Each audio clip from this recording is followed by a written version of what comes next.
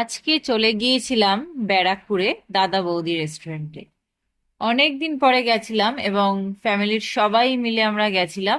জামাইবাবু আজকে আমাদের এই ট্রিটটা দিয়েছিল তার শালিদের। তো যাই হোক, ফার্স্টে আমরা নিয়ে নিয়েছিলাম চিকেন স্যুপ।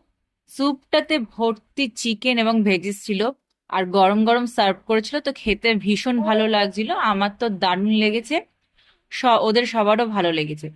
এরপরে ডিরেক্ট মেন কোর্স বিরিয়ানি।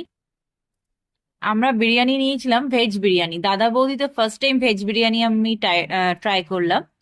ও তার সঙ্গে ওদের কমপ্লিমেন্টারি রায়তা, গ্রিন স্যালাড, চাটনি তো আছেই, কিন্তু ওরা ভেজ বিরিয়ানির সাথে একটা পনিরের আইটেম দিয়েছিল। ওইটা আমার মোটামুটি লেগেছিল।